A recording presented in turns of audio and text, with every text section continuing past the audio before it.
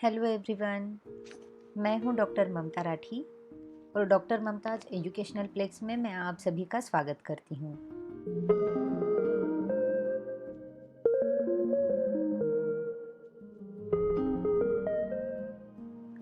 Friends, हम लोग देख रहे हैं GST direct and indirect taxes की एमसीक्यू सीरीज को।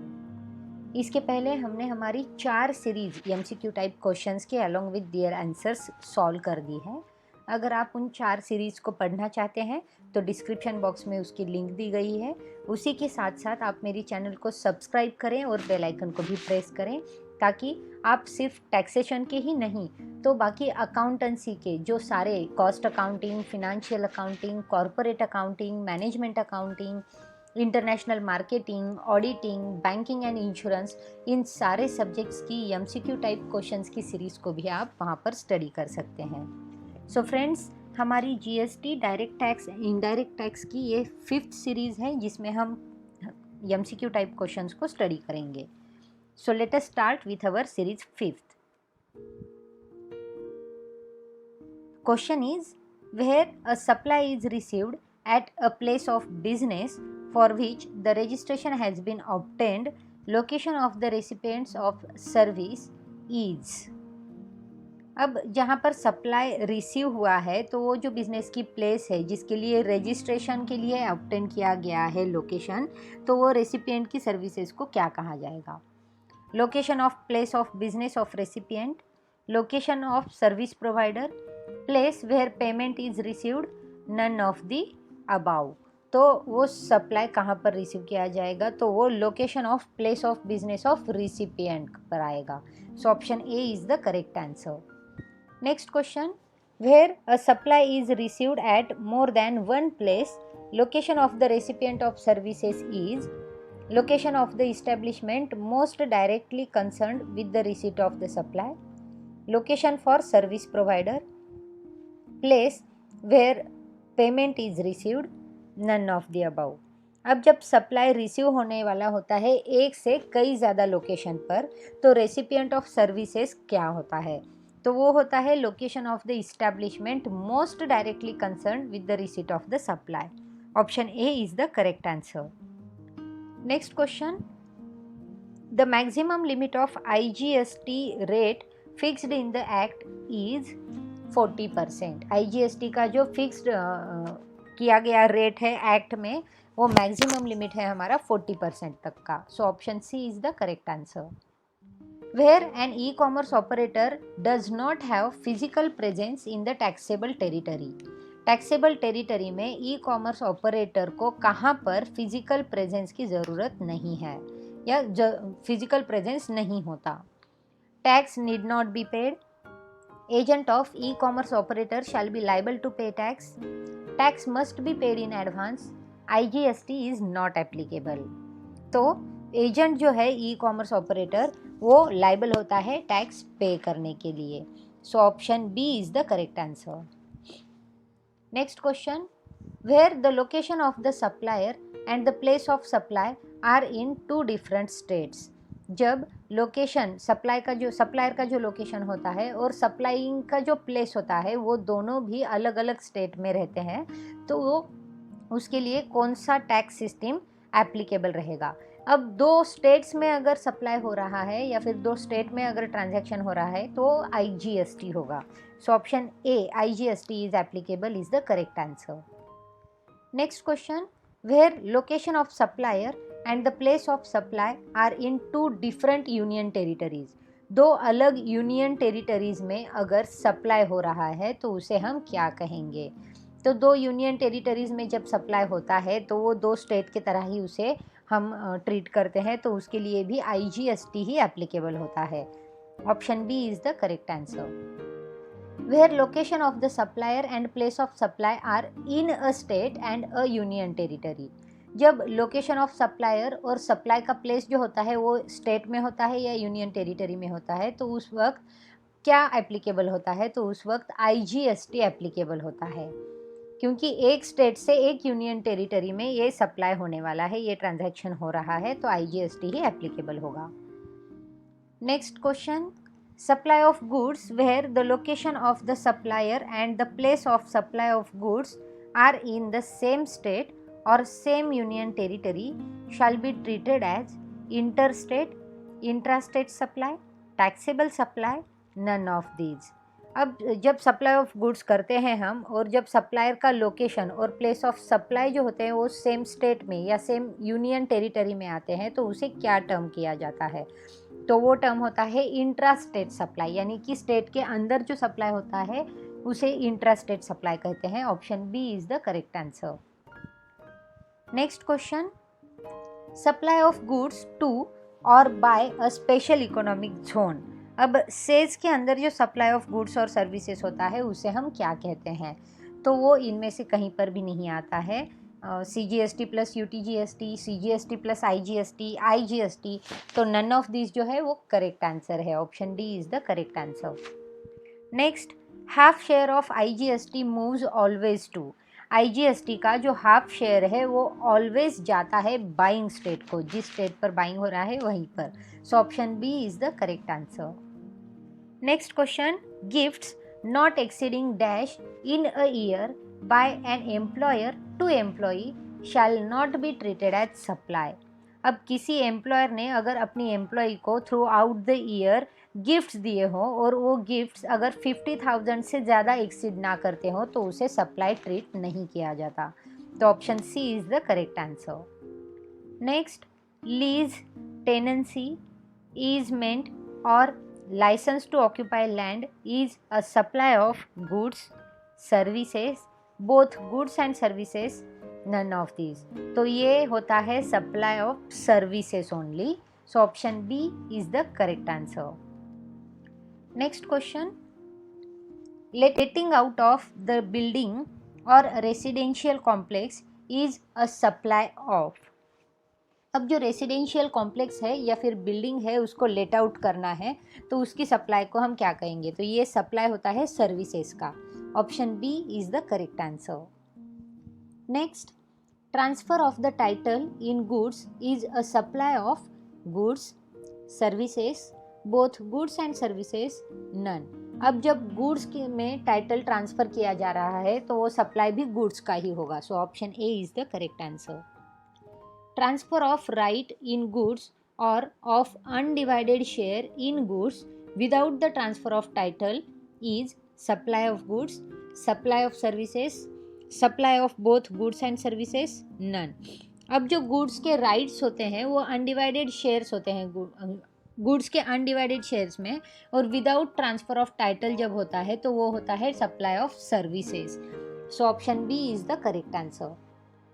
Next, transfer of title in goods under an agreement which stipulates the property in goods shall pass at the future date upon payment of full consideration is a supply of both goods and services, goods, none.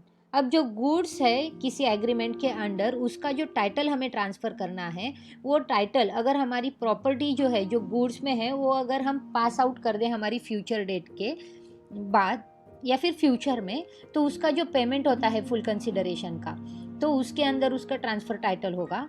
तो उस supply को हम क्या कहेंगे? तो उस supply को हम सप्लाई ऑफ गुड्स कहेंगे. Option C is the correct answer. Next question, any treatment or process which is applied to another person's goods is supply of. कोई भी ट्रीटमेंट या प्रोसेस जो होती है जो अनदर पर्सन के गुड्स पर अप्लाई की जाती है तो उसे क्या कहा जाता है? तो वो होता है supply of services. Option B is the correct answer. Goods held or used for the purpose of the business are put to any private use or made available to any person for use is a supply of goods, services, both goods and services, none of these. तो अब जो goods होते हैं जो use किए जाते हैं हमारी बिजनेस पर्पज़ के लिए या फिर वो प्राइवेट यूज़ के लिए रख दिए जाते हैं या फिर अवेलेबल कर दिए जाते हैं किसी पर्सन को यूज़ करने के लिए, तो वो होता है supply of services. Option B is the correct answer. Next, construction of a complex building, civil structure intended for sale to a buyer wholly or partially is supply of goods, services, both goods and services, none. अब जो construction हो रहा है, construction में हम हमारी services provide करते हैं, so option B supply of services is the correct answer. Next question, where the entire consideration has been received after issuance of completion certificate or after its first occupation is transfer of goods, transfer of immovable property, transfer of services, none of these. तो अब जो हमारा entire consideration होता है वो अगर receive किया जाता है after issue of completion certificate और हमारी फर्स्ट ऑक्यूपेशन के बाद, तो उसे हम कहते हैं transfer of immovable property. Option B is the correct answer. Next question, mister A an architect agrees to design and construct a building for Mr. B for a sum of rupees 1 crore. The construction completed and the amount received by Mr. A. This is a supply of goods, services, both goods and services, none. So, correct answer is B. Option B is the correct answer. Next, transfer of the right to use any goods for any purpose for consideration is supply of goods, services, both goods and services, none. So option B, services is the correct answer. Next question, works contract is a supply of goods, services, both goods and services, none. अब works contract जो होता है वो होता है supply of services. Option B is the correct answer. Next question, services by an employee to the employer in the course of or in relation to his employment is supply of goods, supply of services, supply of both goods and services, not supply. अब employee अगर services provide करता है employer को in course of his relation with employment, employment की relation के हिसाब से अगर वो सर्विसेज प्रोवाइड करता है तो उसे क्या कहेंगे, तो वो होता है उसकी ड्यूटी, तो उसे सप्लाई हम नहीं कह सकते. So option D is the correct answer. Next, services by any court or tribunal established under any law is supply of goods, supply of services, supply of both goods and services, not supply. तो जो services होती है court की या फिर tribunals की जो establish किए गए हैं लॉ, अंडर लॉ, तो वो इनमें से किसी में भी नहीं आते या उन्हें सप्लाई नहीं कह सकते. Option D is the correct answer. The functions performed by the members of parliament, members of state legislature are supply of goods, supply of services, supply of both goods and services, not supply. तो जो functions होते हैं parliament members के या state legislature member के, उनकी functions को हम सप्लाई नहीं कहते. सो option D is the correct answer. Duties performed by any person in the constitutional capacity are supply of goods, supply of services, supply of both goods and services, not supply. अब जो duties perform की जाती है persons constitutional capacity के under, उसे हम क्या कहेंगे, तो वो भी सप्लाई नहीं है. Option D is the correct answer. On services provided by E commerce operator, E commerce operator ने ऑन सर्विसेज प्रोवाइड की है, तो वो जो सर्विसेज हैं वो जीएसटी एप्लीकेबल है, जीएसटी नॉट एप्लीकेबल है, रिवर्स चार्ज एप्लीकेबल है या आईजीएसटी एप्लीकेबल है.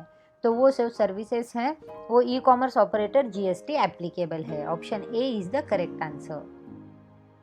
Next question, the tax rate of composition tax for trading firm is, trading firm के लिए जो कंपोजिशन टैक्स का रेट है वो 1% होता है. Option A is the correct answer.